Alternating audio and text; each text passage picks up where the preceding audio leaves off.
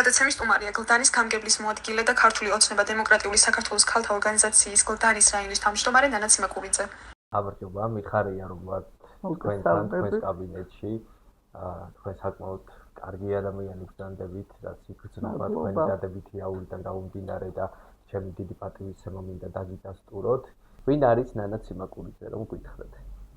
ნანა ციმაკურიძე არის ალბათ ერთი ჩვეულებრივი ქართველი, რომელიც ცდილობს რომ აკეთოს სიკეთე, რომელიც ცდილობს რომ სამშობლოს გამოადგეს, იმიტომ რომ უზომოდ მეყვარს მე ჩემი ქვეყანა. მინდა ჩემ შვილებს და შვილიშვილებსაც ეს უთხრა, რომ უპირველესი არის სამშობლო. თავისთავად ცხადია, რომ ვისაც ღმერთი და სამშობლო უყვარს, ის ყოველთვის რაღაცას მიაღწევს ალბათ თავის ცხოვრებაში.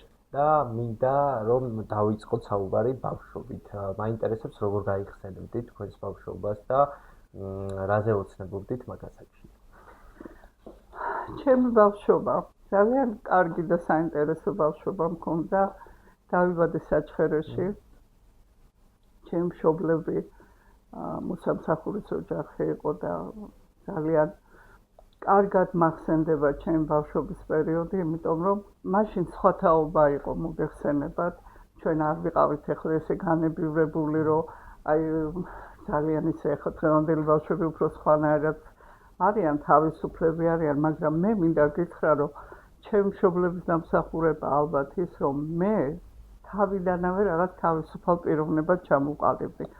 ანუ მე ოჯახში არ მქონდა რაღაც აკრძალვები, რა თქმა უნდა, ნორმის ვარგლებში და ყოველთვის ვცდილობდი, რომ აი მშობლებთან მქონოდა კარგი კომუნიკაცია. ანუ ჩვენ შორის და განსაკუთრებით დედას და ჩემს შორის არასდროს დამალული არაფერი არ იყო. ვცდილობდი მესწავლა კარგად და ვიყავი კარგი მოსწავლე.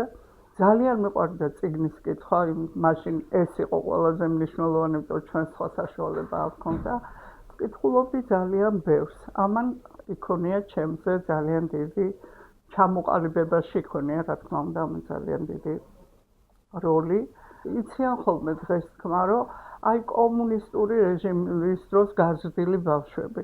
ჩვენ არაფრით არ ვიყავით შეზღუდულები. არაფრით. მე მაგალითად თავისუფლად შემეძლო გამომეთქვა ჩემი აზრი. ხო, მეც მგონია რომ ადამიანი არ არსებობს სადღაც ხორბლებს არ იზრდება, თუ თვითონ არის. უნებრივია. აი ძალიან მადლიერი ვარ ჩემი პედაგოგების. მყავდა არაჩვეულებრივი პედაგოგები სკოლაში. მე დავამთავრე საერთო საშუალო სკოლა, მაშინ საშუალო სკოლა იყო.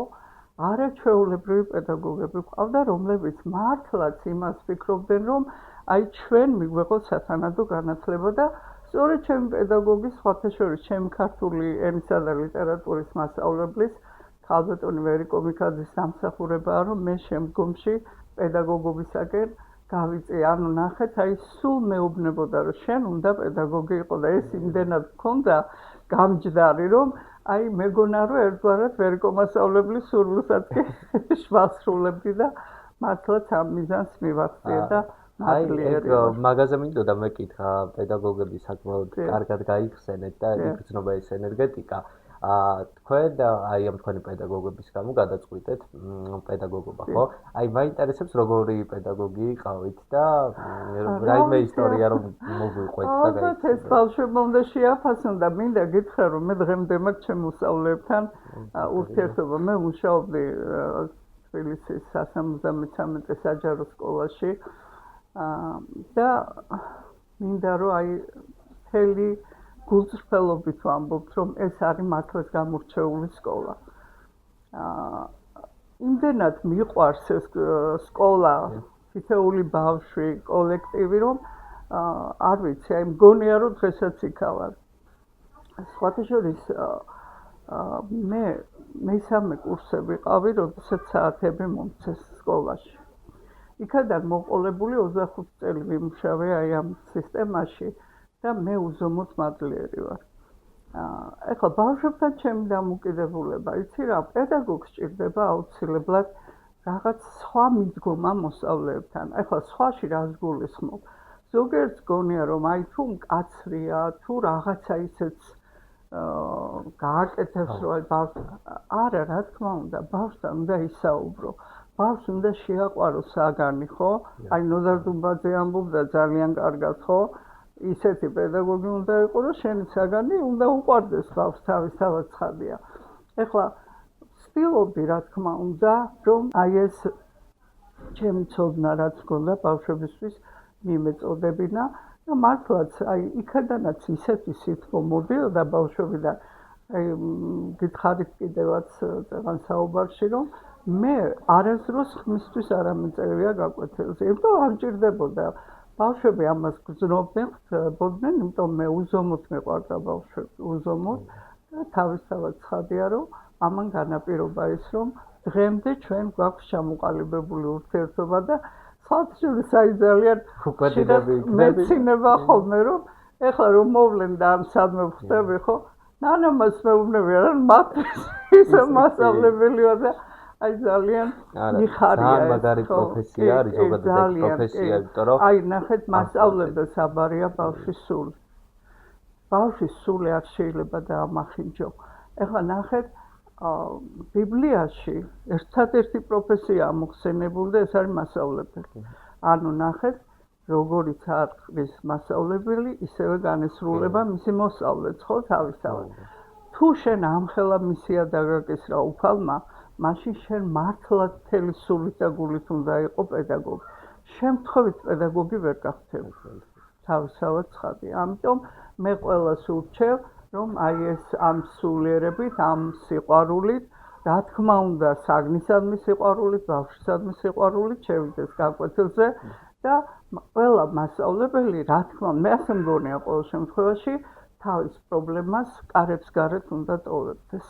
და ეს ბავშვმა არ უნდა იყოს. დარჩევას მიცემდით დამწყებ პედაგოგებს, ვისაც უნდა რომ აი ამას რა თქმა უნდა, პირველ რიგში უყვარდეთ ბავშვები.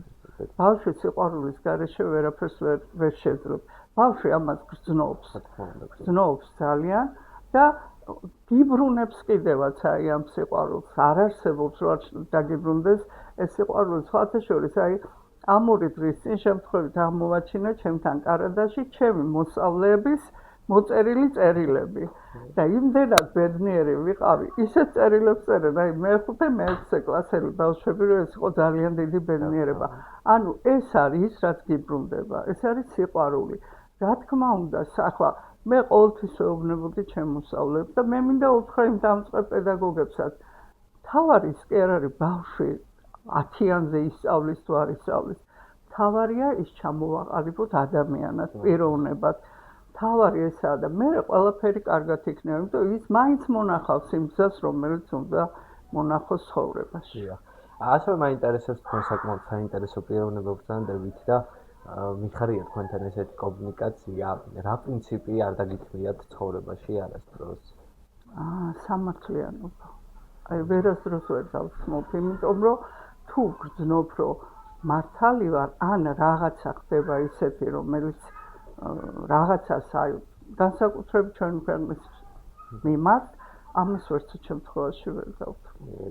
ძალიან მინდა ვიყო სამართლიანი ყოველთვის რამდენად გამომდის. ხარ ამას საზოგადოება აბს მე. ხო, ამას თვითონ საზოგადოება ნახავს და მაინტერესებს თქვენ ცხოვრებაში რა მოახდინა მთავარი განზრახვა. ალბათ ეროვნულმა მოძრაობა. იმიტომ რომ პატარა ახლა ნუ სადღაც მოდით მოგვიყევით აი 29-30 წლის ვიყავი სტუდენტობის პერიოდი იყო როდესაც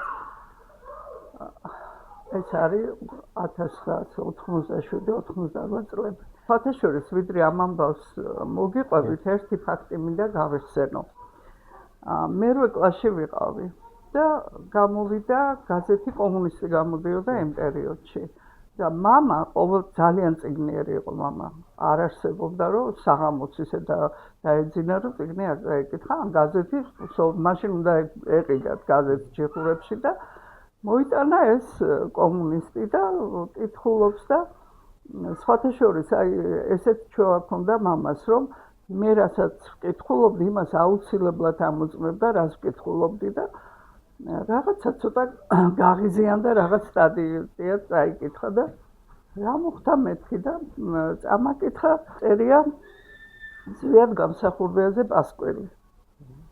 ანუ ნახეთ როგორი წერილია რომ ზვიად გამსახურებია არის საშინელი პიროვნება რომ აი კონსტანტინე გამსახურებიაშვილი როგორი იყო შეიძლება იყოს ასეთი რომ ესე იგი მაშინდელ რეჟიმს ებრძვის რა თქმა უნდა და ნუ საშინელებები ეწერა რა.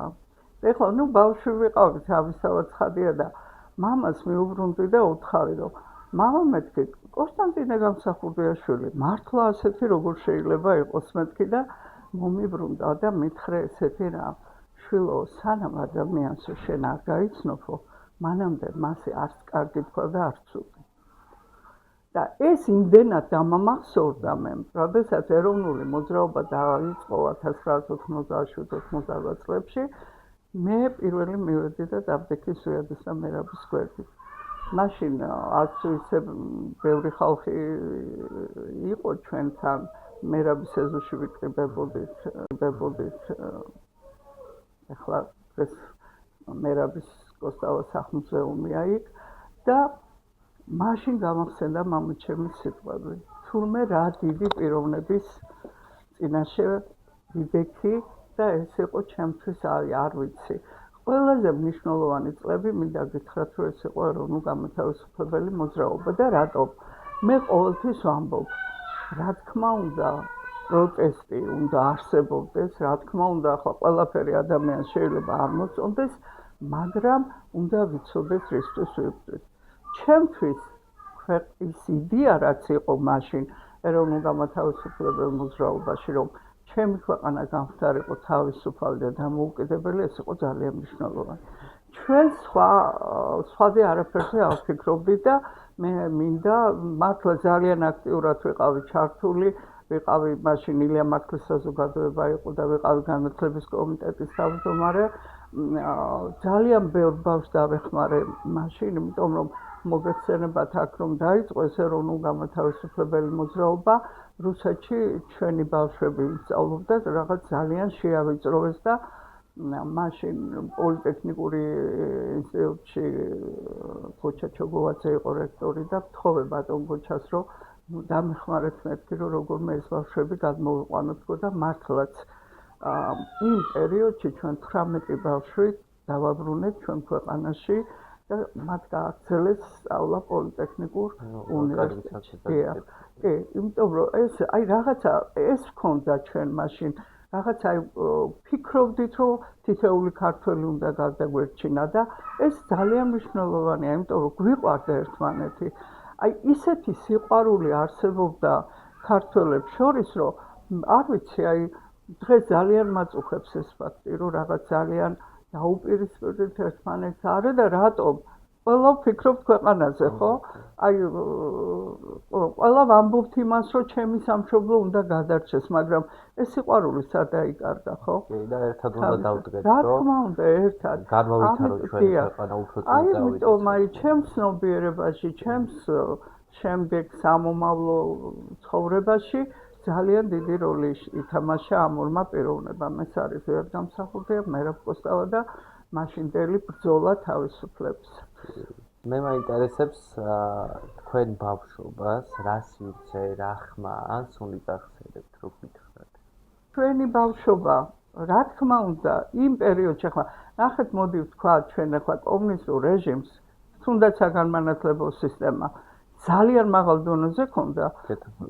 ძალიან კარგად გაკონტროლებული თავისთავად, მაგრამ ნახეთ რა იყო ჩემთვის ცუდი. არ ვიცი შეიძლება ეს იქიდან გამომდინარე იყო რომ მე დამატებით ბევრს ვკითხულობდი სხვა წიგნებს. ყოველთვის მიჩნდებოდა პროტესტი, როდესაც განსაკუთრებით ქართულ ლიტერატურაში, იმიტომ რომ ქართული ლიტერატურა თქვენ იცით არის რეალისტური ლიტერატურა. ქართულ ლიტერატურაში არაფერი არ დაწერილა, რაც მართლა რეალობაში არ მომხდარა ჩემ ქვეყანაში. ძველი ქართულიდან მოყოლებული, აი ვთქვათ, შუშანიკის წამება რეალური მოწამეა, ხო, აბო. ნუ შემდგომ ნებისმიერი რომანტიკოსები, ნებისმიერი, ხო? და სხვათა შორის აი ჩვენ მაშინ პედაგოგებს ქონდათ როგორი მიმართულება, იცი რომ რასაც ეთყობდნენ, ის იმით უნდა წაეყვანათ გაკვეთილი. თუმცა მე მყავდა მართლა კიდევ ვიმეორებ ძალიან კარგი მასწავლებელი და ჩუმად გვეტყოდა ხოლმე არა ბავშვებო ეს ასია ანუ ნახე ეს არის ჩემთვის აი ჩემთვის ცუდი იყო იმიტომ რომ მე როდესაც სკოლაში მივედი ახლა აბსოლუტურად შეიცვალა დამოკიდებულება ახლა ძველი ქართული როგორ შეიძლება არ ასწავლო ბიბლიით ხო ვეფხისტყაოს არ როგორ შეიძლება არ ასწავლო ბიბლია ხო თავისთავად ამიტომ მაშინ ეს შეზღუდვა იყო და ეს მე აი მიჩენდა რაღაც უკმარისობის გრძნობას და ვფიქრობდი რომ აი იქ სხვა რაღაცა წერია და მე სხვა რაღაცას მეუბნებიან თუმცა კიდევ ვიმეორებ მეტ-ნაკლებად ცდილობდა ხოლმე ჩვენი მასწავლებელი არ იყო მისაღები ფორმა მაინტერესებს რა არის თქვენთვის წარმატება რას ნიშნავს აი სხვათა შორის ხშირად მიფიქრია ამაზე რომ წარმატება ჯერერთი მე ძალიან მიხარია სხვათა შორის ახლა პარალელ რეჟიმში მე ქალთა ორგანიზაციის თავმჯდომარე ვარ კი აი მაგაზეც მინდა ვისაუბრო ყოველთვის მიხარია ქალების წარმატება ქალი უნდა იყოს წარმატებული ქალმა უნდა მოახდინოს საკუთარი თავის რეალიზება ახლა ხშირად არის ხოლმე რომ უჭირთ ქალებს შეუძლია ყველა ქალს შეუძლია იყოს რაღაცაში წარმატებული. თავარი არ არის ახლა მაინც და მაინც თანამდებობა გქონდეს, ხო? შეიძლება კარგად კარგავდე, კარგად ნებისმიერ მომენტში შეუძლია თავი კარგად წარმოაჩინოს და მიხარია. ახლა ჩემთვის რა თქმა უნდა, კარგია ძალიან სიამოვნებს რომ მივაღწიე რაღაცას და ну არ ვიცი ახლა რამდენად წარმატებული მინდა გითხრათ ქვეყნისთვის იმიტომ რომ ბოდიში შეგაწყვეტინებ ნანა ციმაკურიძის სახელზე და გვერდზე საზოგადოებას მუდმივად მე არ მახსოვს რაიმე ნეგატიური გაწყობა ქონდა და აი დღესაც შევესწარი როგორ დაიხმარეთ ერთ-ერთ ადამიანს და როგორი სიტყვა მოდის თქვენთან. დიახ, ვცდილობ, როდესაც საუბრობთ ხოლმე, როდესაც ვიკრიბებით და სხვა შორის ძალიან ბევრი წარმატებული ქალბატონი ყავს, აქაც ჩვენთან ჩვენს გამგეობაში, რომლებიც მართლა თავიანთი შრომით მიაღწიეს ყველაფერს და მე მინდა ურჩიო ყველა ქალს, რომ არ იფიქროს, რომ მათ არ შეუძლიათ, რა თქმა უნდა, თავისავად ცხადია, მხოლოდ ამას სჭირდება მონდომება, განათლება თავისავად ცხადია და უნდა ვიბრძოლოთ ამისთვის, რომ ყველა ქალი იყოს თავისავად წარმატებული და ვცდილობთ, რომ ესე იყოს. მე ახლა ძალიან ბევრი პროექტები მაქვს ხოლმე ახლა. აი, მაგაზეც კითხავთ, იმიტომ რომ მეც ვფიქრობ, რომ აი იმ ტიპის ორგანიზაციები, რის თავმჯდომარეც თქვენ ხართ, არის საკმაოდ საჭირო ქვეყნის განვითარებაში, რომ ჩაერთონ ესე ადამიანები. აი, რა პროექტები გაგიკეთებიათ, რას გამოყოფთ და რას გეგმავთ ცეკვები? ქალთა ორგანიზაციიდან ეგიდი ჩვენ ჩავატარეთ ძალიან კარგი ღონისძიება ერთ-ერთს გამოვყოფთ, არა ისე უამრავი ყოველ კვირაში გვაქვს ღონისძიებები დაგეგმილი. ეს იყო საბავშვო ბაღების პედაგოგების და ნიჭიერების გამოვლენა. ანუ დავარქვით ამ პროექტს აღმოაჩინენ ნიჭი. და როდესაც ცოტა კი შემეშინდა ვიფიქრე რომ ახლა რამდენად შევძლებთ ასეთი პროექტის განხორციელებას, იმიტომ რომ ესეთი პროექტი საქართველოში არავის არ გაუკეთებია და შემოვიარე ბაღები, რა თქმა უნდა, გავესაუბრე და ყველა მისი აიტანცა იმდენად მოეწონათ, რომ რაღაცა იმედიანად წამოვედი და მართლაც დავგეგმეთ. ნახეთ რა პროექტი რას ითვალისწინებდა, რომ ნებისმიერი თანამშრომელი, ეს იქნებოდა ტექნიკური პერსონალი, დირექტორი, პედაგოგი, თან აი ყველა ჩართულიყო ამ პროექტში და აი საოცარი პროექტი გამოგვივიდა. არ მეგონა რომ ჩვენ ბაღებში ამდენი ნიჭიერი ქალი ყავდა. ართოლში ხუნდა გამოსვლა და არ ვიცი, მთელი თბილისი ლაპარაკობდა რომ ეს იყო თანუმეორებელი პროექტი და ძალიან მიხარია რომ ეს პროექტი შედგა და მე მინდა აქვე ვისარგებლო შემთხვევით და ჩემი ბიუროს ქალბატონებს უთხრა მადლობა, იმიტომ რომ ისინი ყოველთვის გვერდით მიდგანან და მეხმარებიან, მარტო მე რა თქმა უნდა ვერაფერს ვერ ვიზამ. ერთიანად გუნდური მუშაობა და აქვე მინდა ჩემი დიდი პატივისცემა კიდევ დაგიდასტუროთ, რომ აი ესეთ კარგ საქმეში უძღვებით და აი ამ კუთხითაც მუშაობთ და ჩვენი ინტერნეტ მედიიდან, ტევიათიდან და ორგანიზაციიდან მუდმივად მხარდაჭერას გამოგიცხადებთ და თქვენს აი ამ ამბებს გავაშუქებთ და გავაკეთებთ სხვადასხვა განაცემებს და რუბრიკებს. აი ამ ორგანიზაციასთან დაკავშირებით, აი რას გეგმავთ სექტემბრისთვის ხო, ჩვენ ახლა ძირითადი მიმართულება ავიღეთ, ახლა ჩვენ აი უწმინდეს ლეონეტარესი საქართველოს კათოლიკოს პატრიარქი ილია მეორე რომ გარდაიცვალეს ჩვენთვის უდიდესი განაკლისია და ეს იყო ადამიანი რომელმაც მართლაც სიკვდილითაც კი გააერთიანა ადამიანი რომელმაც დაგვიბარა რა სამშობლო მერთი ადამიანი ანუ ნახეთ ადამიანი ხო ყველაფერი გააერთიანა აქ ახლა ილია ჭავჭავაძემ რა ბრძანა ენა მამული სარწმუნოება ეს რომ შევა ერთად ერთად ეს არის რაც გადაარჩენს ჩვენ ქვეყანას ნახეთ მე მინდა მაინც ადამიანიდან დავიწყო ადამიანი იმიტომ რომ ადამიანი ყველაზე ღირებულია ამ ქვეყანას არა აქვს მნიშვნელობა ის როგორი არის ფიქრობს რომ არა იმიტომ რომ უფალი რას გვეუბნება ხო გიყვარდეს მოყვასი შენი თუ ჩვენ აქამდე არ მივალთ ვერაფერს ვერ მივახცევთ ვერაფერს გათითოკაცებული ქვეყანა ვერასდროს წარმატებას ვერ მიაღწევს თავისთავად ცხადია ყველა ერთ აზრზე ვერ იქნება მაგრამ ჩვენი აზროვნება გონება ყველაფერი მიმართული უნდა იყოს იმისკენ რომ ჩვენ ვიზრუნოთ ვიფიქროთ ჩვენი ქვეყნის მომავალს. რა თქმა უნდა გაერთიანების. რა პროექტები გვაქვს? აქედან გამომდინარე, სხვათა შორის პატრიარქის გარდაცვალების შემდეგ მე რაღაც უცბად მომივიდა სურვილი, რომ პატრიარქის სახელზე დამერგოთ თითო ძირი კვიპაროსი და უკვე 15 სკოლაში ეს განმახორციელეთ, რომელიც სკოლა ღონისძიებას ატარებს და ხშირად მეპატიჟებიან.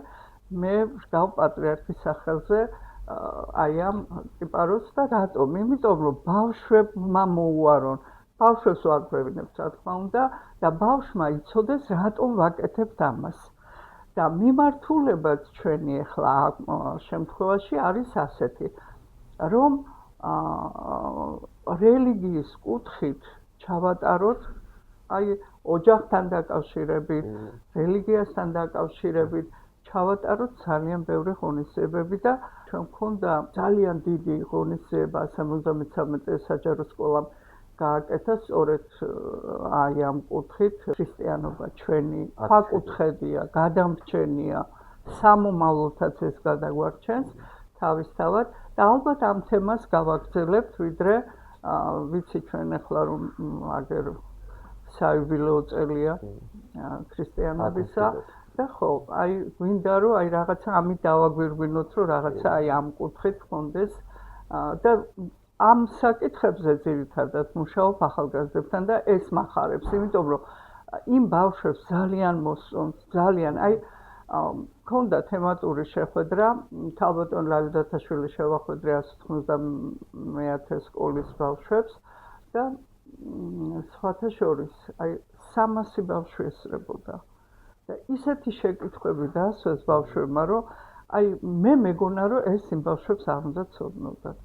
თუნდაც აი სწორედ რელიგიის მიმართულებით და მე მადლიერი ვარ ამით და ალბათ ამ მიმართულებით გავაგრძელებთ. აი ძალიან ჭკვიანი თაობა მოდის და ჩემი შემდეგი კითხვაც აი ამას უკავშირდებოდა. მე ვიცი რომ თქვენ გაქვთ მუდმივად აქტიური კონტაქტი აი ამ თაობასთან, პირობითად ჯენზი თაობა დავარქვათ.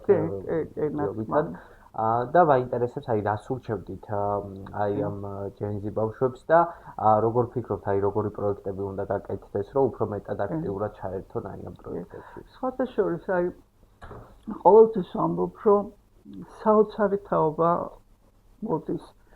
იმდენად აი კრეატიულები არიან, იმდენად აი უნდათ რაღაცა გააკეთონ, რომ ხანდახან გაოცებული ვარ ხოლმე და რომ ხანდახან ვიღაც რომ მიტყვის რომ აი ეს თაობა როგორია არაჩვეულებრივი თაობაა თუ ჩვენ მათ მიმართულებას მივცემ ძალიან კარგად ხდებიან რა ხდება როგორ ხდება და თავისთავად ეს ჩანს კიდევაც ეხლა რა მინდა ურჩიო რა თქმა უნდა განათლება არის ყველაზე მნიშვნელოვანი ეხლა ნახეთ მე შეიძლება ხო ცოტა ესე გადახვევა გამომდის, მაგრამ მე არ შემიძლია ხა მადლობა არ უთხრა ბატონ გივი მიქანაძეს განათლების მინისტრს, იმიტომ რომ ის რაც არ იყო ამდენხან სხვათა შორის მე სულ ვკითხულობდი, კაცო, გავიგე რომ ეს რეფორმა არის.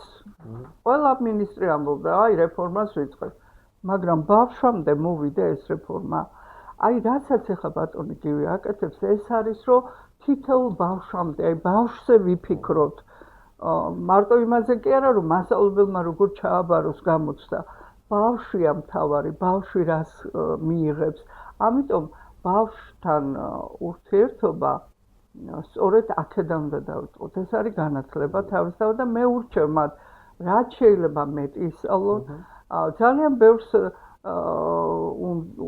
ალბათ წავა უცხოეთშიც ისწავლის, მაგრამ ერთადერთი რაც მინდა ურჩიო, რომ ის თავიანთი ცოდნა განათლება ისევ დაბრუნდნენ და ჩვენ ქვეყანას მოახმაროთ. აი ეს ძალიან მნიშვნელოვანი იქნება, იმიტომ რომ ჩვენ არ გვყავს დასაკარგი თაობა, თავისთავად ცხადია.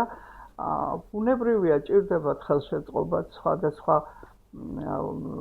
მიმართულებების მიცემა, ალბათ შევძლებთ დადგება ამის, რომ ძალიან ხშირად ვაკვირდები ხოლმე გამომგონებელ ბავშვებს.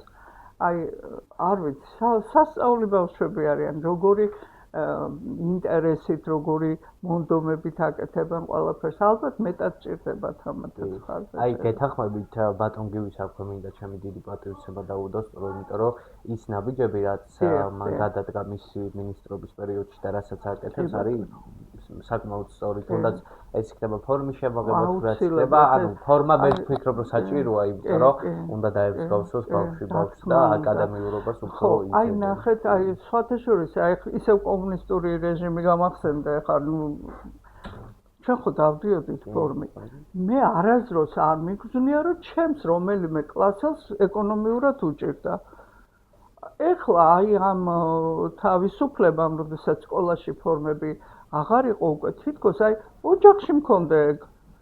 ჩემი შვილიშვილები, მაიმე რა ჩავიცო ეხლა მე, აი რა, ანუ ნახეთ, ფორმა აუცილებელი იყო, რაც გააკეთა ეხლა მინისტრმა და არა მარტო ფორმა. საკმაოდ სახელმძღვანელოებთან, აი ხო საუბრობთ მომავალი თაობით. სახელმძღვანელოები, რომელიც ყოველწლიურად იცვლებოდა, ხო? ეხლა გამოვიდა და ამბობს, რომ აი სახელმძღვანელო გამოიცემა და ეს იქნება წლობით. ძალიან კარგია ის, რასაც აი თუნდაც ის, რომ ეხლა ძალიან დიდი აჟიოტაჟი გამოიწვია მე-12 კლასის ვითომ არსად არაფერი არ უქმდება, ხო? განმარტა ამ ადამიანმა, რომ არ უქმდება ეს, ვისაც ექნება სურვილი, რა თქმა უნდა, გააგრძელებს სწავლას, თორემ ყველა დაკარგული დრო არ გვინდა და ძალიან დიდი რამ რაც ხდება ქვეყანაში და რაც გადაარჩენს და აი ჩვენი მომავალი ბავშვებისთვის იქნება აუცილებელი, ეს არის პროფესიული განათლება. აი მაგაზე მინდა და მეკითხა, ანუ ზოგადად მე ვფიქრობ, რომ მეცხრიდან რომ გამოიყვანო, მან მიიყვანო მე-10, მე-11, მან დაამთავროს ატესტატს ხო მაინც იღებს ეს თვალში და რაღაც მაინც ეცოდინება ამ ბავშვს და დამატებითი საქმე ეცოდინება. აი ნახეთ, ყველა ბავშვი ერთნაირად ხომ ვერ სწავლობს.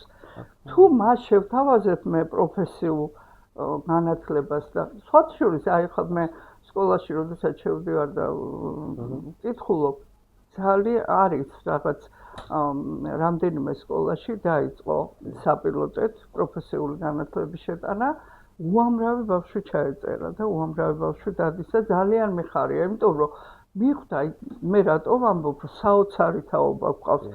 იმ წუთში ხვდება ის ბავშვი, მისთვის კარგი რა არის.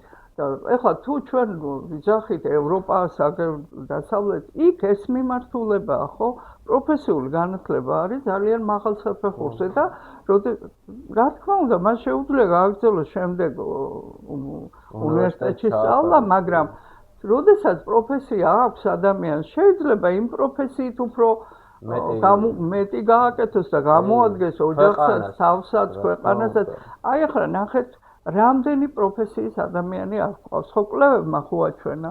არ გვყავს შემდუღებელი, არ გვყავს გეოლოგი, არ გვყავს მშენებელი, არ გვყავს, ამით ბევრი ხო? თავისთავად ეს სფერო ხო დასაქმდება, როცა აი ამ განათლებას მიიღებს და რა ვიცი, მე მინდა მადლობა უთხრა მას აი ამ მართულებისათვის. ეს სწორი ნაბიჯია, რომ ქვეყანა უფრო წინ წავიდეს და განვითარდეს, იმიტომ რომ ბევრ პროფესიაში არ უყავს ის ადამიანები, ვინც დასაქმდება და ამიტომ მოგიწევს, რომ სხვა ქვეყნიდან ვიქირავდა, რატომ როცა ნიჭიერი ვართ და საოცარი ვართ, კაცო, ჩვენ რომ არ შეგვიძლია ესეთი არაფერი არ არსებობს. აღარ მინდა ხოლმე რომ გავიხსენო, მაგრამ მთელი განათლება და მედიცინიდან მოყოლებული აქედან წავიდა და ეხლა მე რატო არა ხო თავისთავად სწორედაც გვაქვს პრეტენზია რომ გამორჩეული ქვეყანა ვიყოთ ყოველთვის. მაინტერესებს როგორია თქვენი სამსახურის ის დღე როცა ხვდებით ადამიანებს, რომ ვიცი რომ თქვენ შეხვედრა გაქვთ უამრავ ადამიანთან და აი მოგვიყევით. კი, ძალიან მუდმივად ბედნიერი სახით გადია თქვენი ოთახიდან.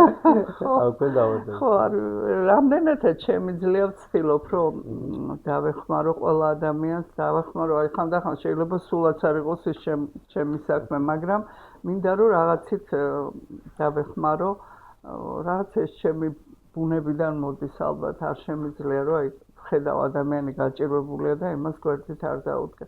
ხა რაც შეეხება ჩემ მიმართულებას, რა თქმა უნდა, საქმე ძალიან ბევრია, ხა ძალიან ესეთ მიმართულებას ვკურირებ მე, როგორც არის თემია, სადაც შედის სახურავები, ლიფტები, კანალიზაცია, აგერ რა ვიცი, ძალიან დიდია რაიონი და ბევრი პრობლემა.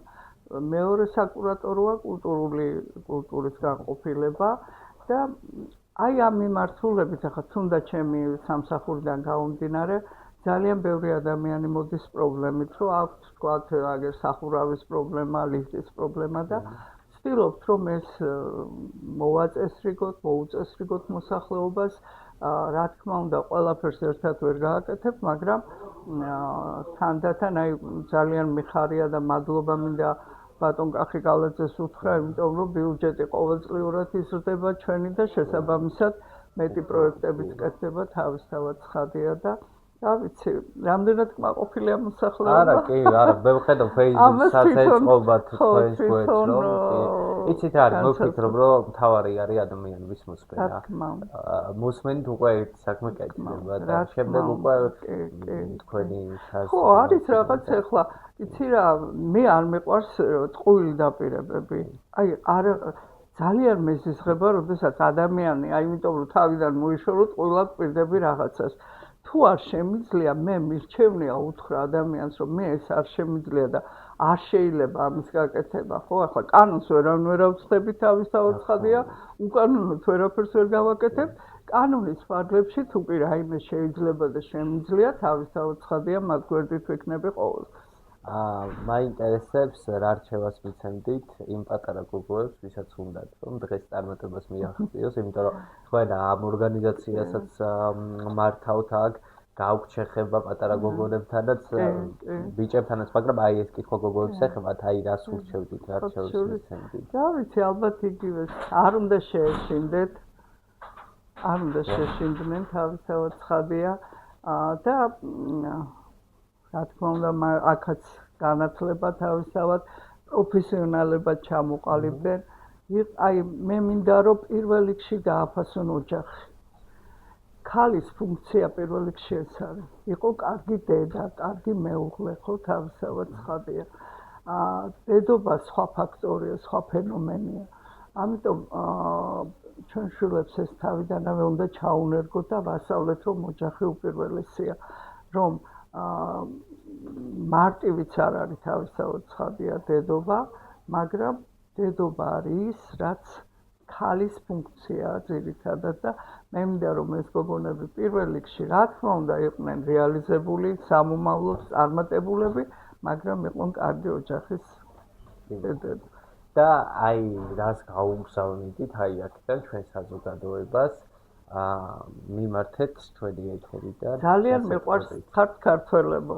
აი ძალიან მიყვარს ჩემი სამშობლო, ძალიან მიყვარს ქართველები და მინდა რომ ჩემი ქვეყანა აი სამომავლოდ ჩვენ მივახციოთ იმას, რაც გვეკუთვნის და რაც თავისთავად ცხადია, რასაც იმსახურებს ყველა ქართველი. და ერთი სიტყვით როგორ დაახასიათებდით თქვენ თავს? მინდა ვიყო კეთილშობრი. მე მინდა გითხრათ, რომ ხართ და ჩემი დიდი პატივისცემა თქვენ, იმიტომ რომ რაც გაგიცანით ერთი ქვია, რაც გავიცანით ერთმანეთი, აი მოვინუხეთ თქვენით, იმიტომ რომ მე დავინახეთ თქვენში ის ადამიანობა, რაც გაქვთ და ასევე ის შრომის მოყვარეობა, რაც თქვენი საქმის მიმართ გაქვთ. აი ეს ძალიან კარგი რაღაცა ადამიანის და მე მინდა რომ წარმატებები გისურვოთ. ასეთი იყო საუბრები, ერთმანეთს შევხვდებით პარასკევს საღამოს 10 საათზე და ყავდა ესეთი საოცარი სტუბარი. მშვიდობას გისურვებთ. მადლობა. დროებით. წარმატებები თქვენ. გაიხარეთ.